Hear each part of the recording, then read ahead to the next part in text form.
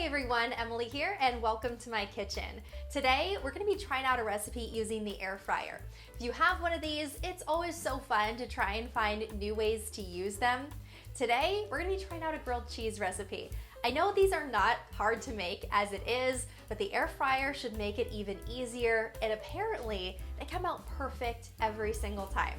I've looked up a few different recipes online for air fryer grilled cheese, and we're going to try one out that sounds super easy. So let's get started and see how this compares to a regular grilled cheese.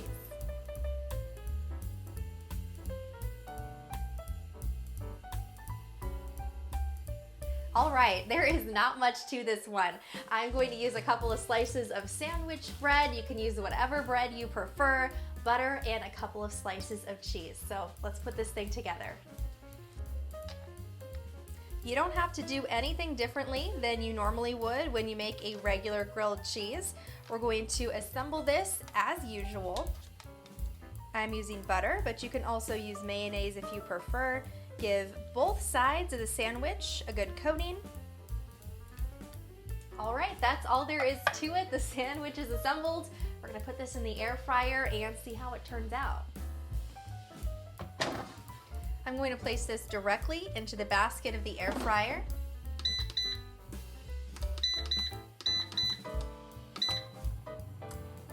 That's all there is to it. This is going to cook at 370 degrees for 4 minutes. We're going to flip it, and then that's going to cook for another 4 minutes, and we should have a super crispy golden brown melted grilled cheese.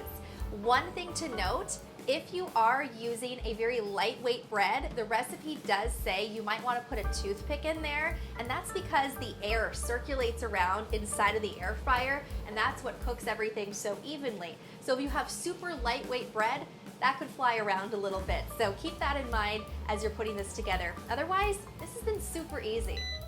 My timer just went off. We're gonna give this a flip and see how it's going. All right, I should have used the toothpick. No big deal. Can move that back on there, and hopefully the melty cheese just kind of glues it in place moving forward. I didn't think I had such lightweight bread. I think maybe unless you're using sourdough, you should just plan on using that toothpick. Okay, another 4 minutes. And we'll see how this turns out. The top of the bread was already a little bit on the crispy side. The bottom definitely needed a flip. That was still a little bit soggy. So we'll see how this turns out when the next 4 minutes are up. All right, the timer just went off. Let's see how it's going. It smells like it's going good. Look at that, super golden. Take a closer look at that. Yeah, definitely a nice golden crust on the top.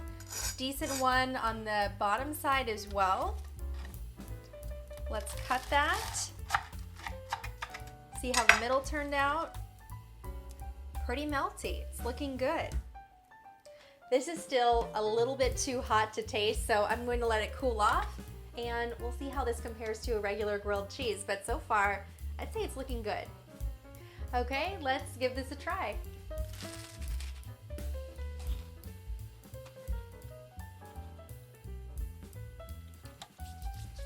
Definitely a couple of differences from this to a regular grilled cheese sandwich.